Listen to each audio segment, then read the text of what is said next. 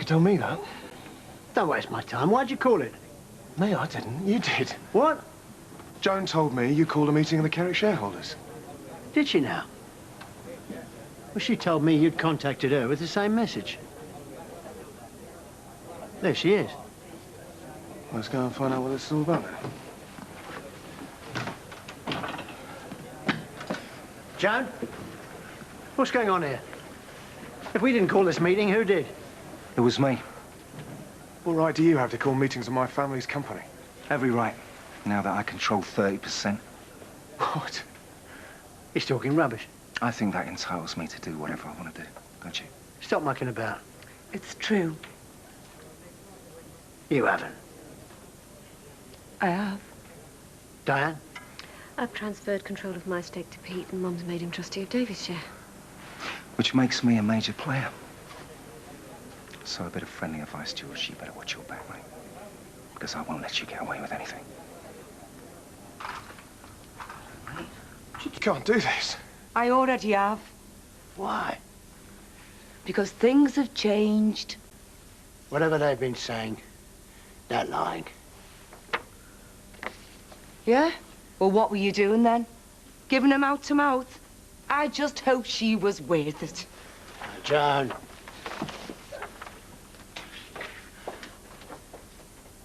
You evil... I think we should have a little talk in private. Talk? I ought to kill you. You can't run a company from a prison cell, mate, can you?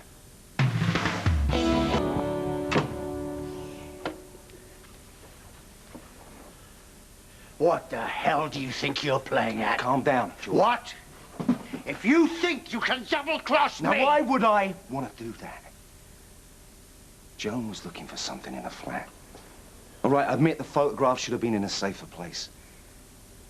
Look, at the end of the day, it doesn't matter whether you believe me or not. You wanted me to get control of Davy's share. In fact, you wanted me to get the whole 30%. Remember? So it's all worked out for the best. Don't ever get ideas about stitching me up.